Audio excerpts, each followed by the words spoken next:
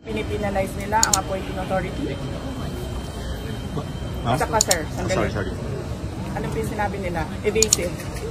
And now you clearly see, she doesn't know anything.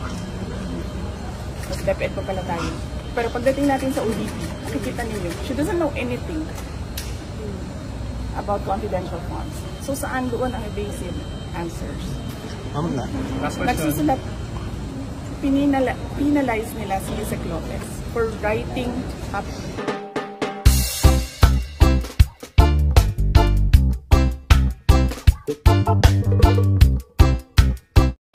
First question, Sola. Ang reaction po doon, ayan, recent pinakita na po sa yung message ni Presidente. Quiet, guys. Jace, nabasa naman ni Mami kay BBM, no? Ma'am, your reaction po to the statement of the President, ma'am, hindi raw niya po ito, wala lang sit and all that he said po. Hindi ko pa nabasa yung kanyang statement. And pag nabasa ko na, Wait lang po Nainig ko muna bago sasagot mo. Speaking na. Okay. Hindi ko pa nababasa yung kanyang statement. Pero pag nabasa ko na, maganda kami ng sagot. Kasi hindi ko rin talalampasin yung ginagawa nila sa akin. Kung magsasagutin na raw kayo ng NBI, I would gladly answer yung gusto nilang mga tanong na ipasagot. Pero dapat sumagot din sila sa mga tanong ko sa kanila. Mag-uusap na lang kami doon pag nandiyan na yung subpoena. Ma'am, si Colonel Nolasco, how's the parang professional link sa inyo? This is the reason why we don't want to discuss confidential.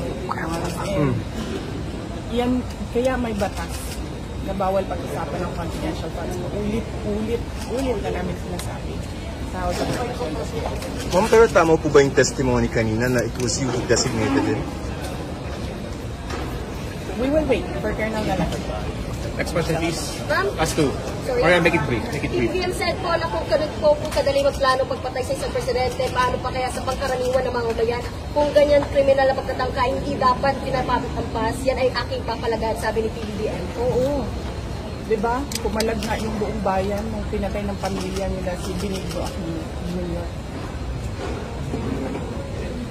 Next question. Next question. Ma'am, na-verbalize nyo na po ba sa administration yung tungkol sa threat sa inyong buhay? Nabanggit niyo po kasi. Yes ma'am. Ay hindi. Hindi pa ma'am. Nag-complain ako noon, if you can remember, in the media, and then they dismissed it. Everything is well documented with documents and videos. And nagsabi ang NSC na national security concern ang threat sa president, pero apparently they really do not consider the threat to the vice president as anything of a concern. So what kind of country is this? Hindi ba kaparte ng gobyerno ang vice president? Hindi ba ako binoto ng mga tao? Hindi ba ako ang Vice President ng buong Pilipinas, ng lahat ng mga Pilipino? Are you taking legal action po, ma'am, sa threat sa inyo? Ma'am, I do not expect fairness from this government.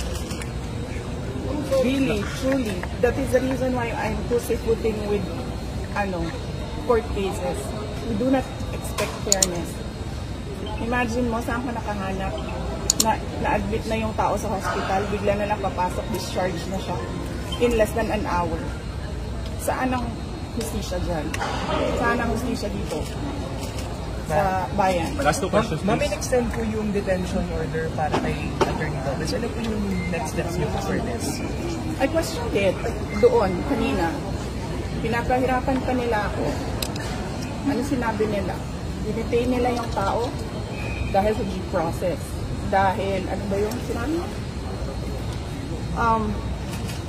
Walang due process ang pagpapatanggal kay Gloria Mercado at iba pang officials ng Department of Education. Ano sinabi ko kanina?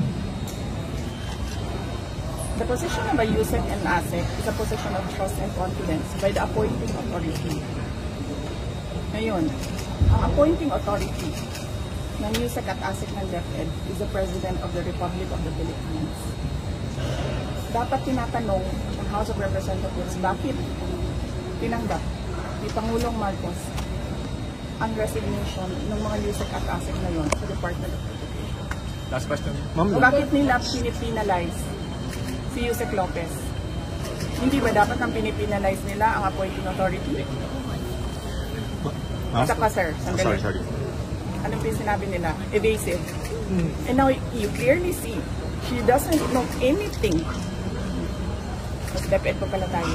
Pero pagdating natin sa OVP, makikita niyo, she doesn't know anything about confidential funds. So saan doon ang evasive answers? Last question. Nagsusulat, penalize nila si Yusek Lopez for writing a letter to the Commission on Audit on the position of the Office of the Vice President regarding the release of documents regarding confidential funds. Bakit mo i-penalize ang tao pumirma para sa isang opisina, posisyon ng opisina? Saan ang justisya dito? And ano sinabi nila kanina? Diba? Apparently, hindi nila alam ang batas. Ano sabi nila? Questionin mo na lang sa korte. Saan kami pupunta? Sa mga ginagawa sa amin.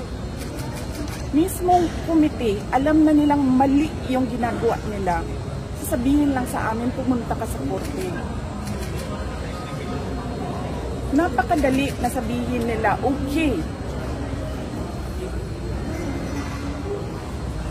we will set aside the detention order. Pero hindi. Mali na nga yung una mong detention. Mali pa yung sumunod mo na order. And then sasabihin mo sa tao na nakakulong, na hindi makalabas, lahat. Kahit ako, hindi ako makalabas basta-basta. Dalhin mo yan sa korte. Tama ba yun? Kayong mga taong bayan, tanongin ko kayo, tama ba na hindi alam ng ating House of Representatives kung ano ang mga batas? Ma'am, you finally decided to take your oath kanina. Why DP? For the sake of the personnel of the Office of the Vice President.